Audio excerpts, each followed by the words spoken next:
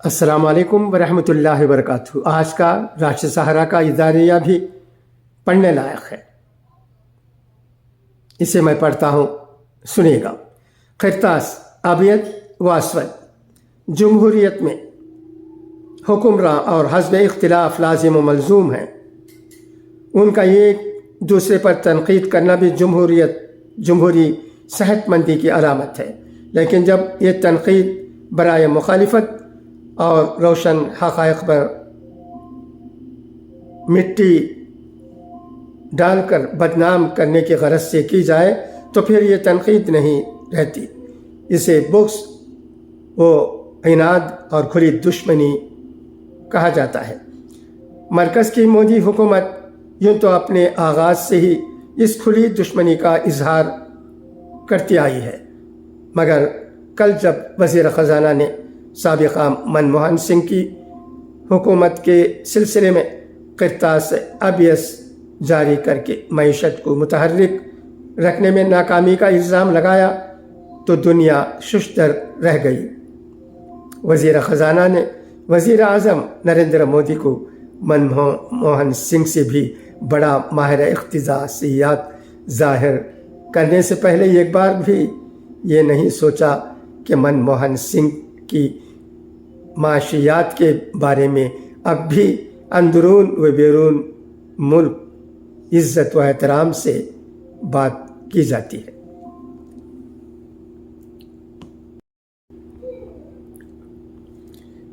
وزیر خزانہ نے دعویٰ کیا کہ اس قرطاس ابیض میں سلسلہ وار طریقے سے ان خامیوں کا ذکر کیا گیا ہے جو 2004 سے 2014 کے دوران یو پی اے حکومت کی اقتصادی پالیسیوں میں موجود تھیں۔ انہوں نے بتایا کہ اس قرطاس ابیض کو 3 حصوں میں تقسیم کیا ہے۔ پہلے حصے میں معاشی بد انتظامی کا ذکر ہے، جس کی وجہ سے 2008 کے بعد یو پی اے کے دور میں معاشی ترقی بالکل تھم گئی تھی، جبکہ اس سے قبل جو فائدہ ہوا وہ بی جے پی کی واجپئی حکومت کی پالیسیوں کا نتیجہ تھا۔ منموہن سنگھ کی حکومت نے ہندوستان کی معیشت کو ڈبو دیا تھا، جبکہ مودی اور ان کی معاشی حکمت عملی ملک کو معاشی گڑھے سے نکال کر سطح پر لے آئی ہے۔ وزیر خزانہ کا دعویٰ ہے کہ منموہن سنگھ کی حکومت نے معیشت کو اس طرح لوٹا کہ ہمارے صنعت کاروں نے ریکارڈ پر کہا کہ وہ ہندوستان کے مقابلے بیرون ملک سرمایہ کاری کو ترجیح دیں گے۔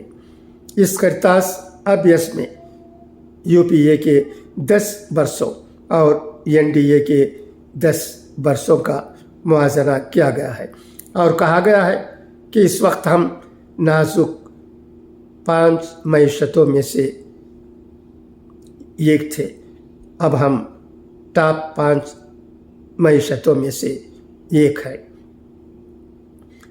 پوری ایک دہائی سے ملک نے وزیر اعظم مودی اور ان کی پوری کابینہ کو پارلیمنٹ کے دونوں ایوانوں اور انتخابی اور غیر انتخابی پلیٹ فارم سے کانگریس، نہرو خاندان اور یو پی اے کے کام کی تنقید کرتے دیکھا اور سنا ہے۔ اپنے 10 برسوں میں تمام محاذوں پر ناکام رہنے والی مودی حکومت کے پاس پرانی کانگریس کو کوسنے اور ان کی کوتاہیاں دکھانے کے علاوہ شاید کوئی دوسرا راستہ نہیں بچا ہے۔ اس لیے اس قرطاس ابیض کے سہارے اقتصادی فیصلوں میں سابقہ حکومت سے زیادہ پوائنٹس حاصل کرنے کی کوشش کی، لیکن اس سے پہلے ہی کانگریس 10 سال انیائے کال کے عنوان سے یہ قرطاس اسود لے آئی تھی۔ کانگریس کی طرف سے جاری کردہ قرطاس اسود میں نہ صرف مودی کے دور حکومت میں مہنگائی، بے روزگاری کسانوں، مزدوروں اور خواتین کی حالت زار کا ذکر کیا گیا ہے، بلکہ اس میں یہ بھی کہا گیا ہے کہ مسٹر مودی اپنی ناکامیوں کو چھپاتے ہیں اور سابقہ کانگریس حکومتوں کی کامیابیوں کو نظر انداز کرتے ہیں۔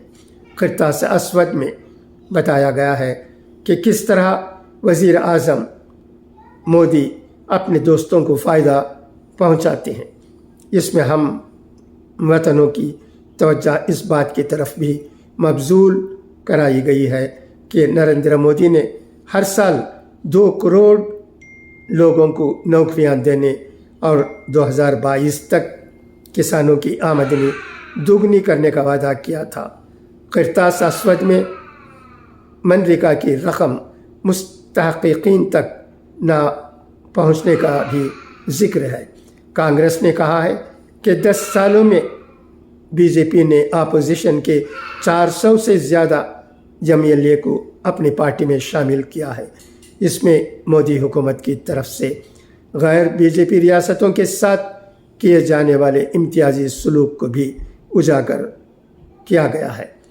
یہ دونوں کرتاس بظاہر ایک دوسرے کی کارگزاریوں پر تنقید اور ناکامیوں کے حوالے سے جاری کیے گئے ہیں، لیکن مودی حکومت کے کرتاس ابیض میں معیشت کو غیر متحرک رکھنے اور معاشی بد انتظامیوں کے جو الزامات لگائے گئے ہیں وہ کھلے اور روشن حقائق کے خلاف صریحاً بددیانتی اور جھوٹ کے زمرے میں آتے ہیں۔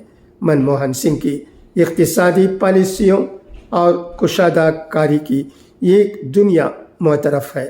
معیشیات پڑھانے سے لے کر ملک کی معاشی پالیسی بنانے تک منموہن سنگھ کے کارنامے آج دنیا بھر کی یونیورسٹیوں میں معیشیات کے نصاب میں شامل ہیں۔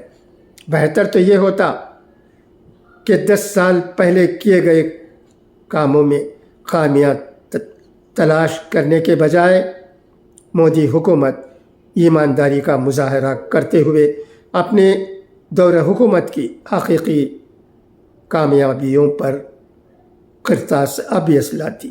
دراصل فرقہ واریت کی وقتی لہر پر سوار مودی حکومت شدید عدم تحفظ کا شکار ہے، اس لیے وہ UPA حکومت پر حقائق سے پرے کرتاس ابیض لا کر ملک کو گمراہ کرنے کا کھیل کھیل رہی ہے۔ اسے تنقید نہیں بلکہ صریحاً جھوٹ اور افطرا پروازی کہا جاتا ہے، جو جمہوریت کی صحت کے لیے خطرناک ثابت ہوگا۔ آپ اس بہت ہی اہم ادارے کے بارے میں کیا سمجھتے ہیں؟ کہیے گا۔ میں نے کہا نا، یہ روزنامہ راشٹریہ سہارا کا اداریہ اکثر اچھا ہی ہوتا ہے۔ آج کا اداریہ تو اتنا اچھا ہے کہ ہر قاری اس ادارے میں کئی باتوں سے متفق ضرور ہو جائے گا۔ خدا حافظ، فی امان اللہ۔